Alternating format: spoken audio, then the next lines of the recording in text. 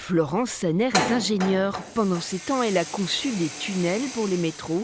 Elle fabrique désormais des abris ici à Surgères, des refuges de jardin élaborés à partir de conteneurs. Voici le modèle de base de 15 mètres carrés.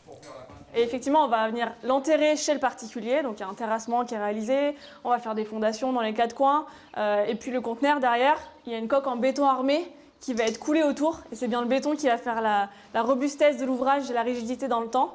Depuis le début de la guerre en Ukraine, les appels se multiplient.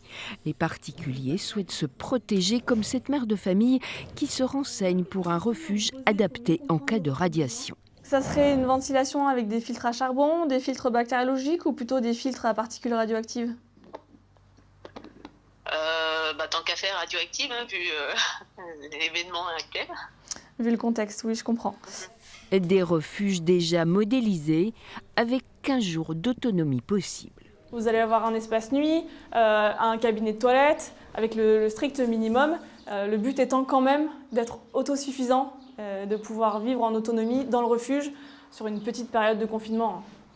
Florence travaille avec son père pour proposer plusieurs degrés de protection, tempête, accidents chimiques ou radioactivité. Il faut tout prévoir, absolument, et avoir différents niveaux de protection et pouvoir faire face aux différents cas de catastrophe. Voilà. Pour descendre dans le refuge, un accès discret. Florence Saner applique son expérience des constructions souterraines. Il y a des techniques à connaître, il faut quand même aller à l'encontre de la poussée d'Archimède, il faut prévoir un système d'étanchéité pour que le refuge ne soit pas soumis aux intempéries ou qu'il y ait des arrivées d'eau. Donc oui, c'est très technique.